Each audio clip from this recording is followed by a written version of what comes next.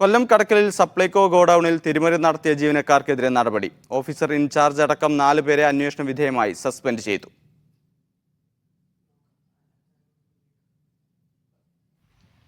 സപ്ലൈകോ കൊട്ടാരക്കര താലൂക്ക് ഡിപ്പോയുടെ പരിധിയിലുള്ള ഗോഡൌണിലാണ് ക്രമക്കേട് കണ്ടെത്തിയത്. പച്ചരി, കുത്തരി തുടങ്ങിയ സാധനങ്ങൾ കണക്കിൽ കാണിച്ചിരുന്ന അളവിൽ ഗോഡൌണിൽ ഉണ്ടായിരുന്നില്ല. തിരിമറി നടന്നെന്ന പ്രാഥമിക വിലയിരുത്തലിന്റെ അടിസ്ഥാനത്തിലാണ് ജീവനക്കാർക്കെതിരെ ദക്ഷിണമേഖല റേഷനിംഗ് ഡെപ്യൂട്ടി കൺട്രോളർ നടപടിയെടുത്തത്. ഓഫീസ് ഇൻചാർജ് ഉൾപ്പെടെ 4 പേരെ സസ്പെൻഡ് ചെയ്തു. ഇത് സമഗ്രമായ ഒരു അന്വേഷണം നടത്തി ഈ തിരിമറി കാട്ടുന്നവരെ നിയമത്തിന് മുന്നിൽ കൊണ്ടുവരണമെന്നാണ് പൊതുപ്രവർത്തകൻ എന്നുള്ളതിൽ എനിക്ക് പറയാനുള്ളത്.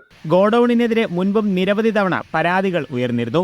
ചടയമംഗലം സൂപ്പർ മാർക്കറ്റിലെ ഇൻചാർജ് എസ് സുരേഷ് കുമാറിനാണ് ഗോഡൌണിന്റെ പകരം ചുമതല. മീഡിയ 1 കൊല്ലം.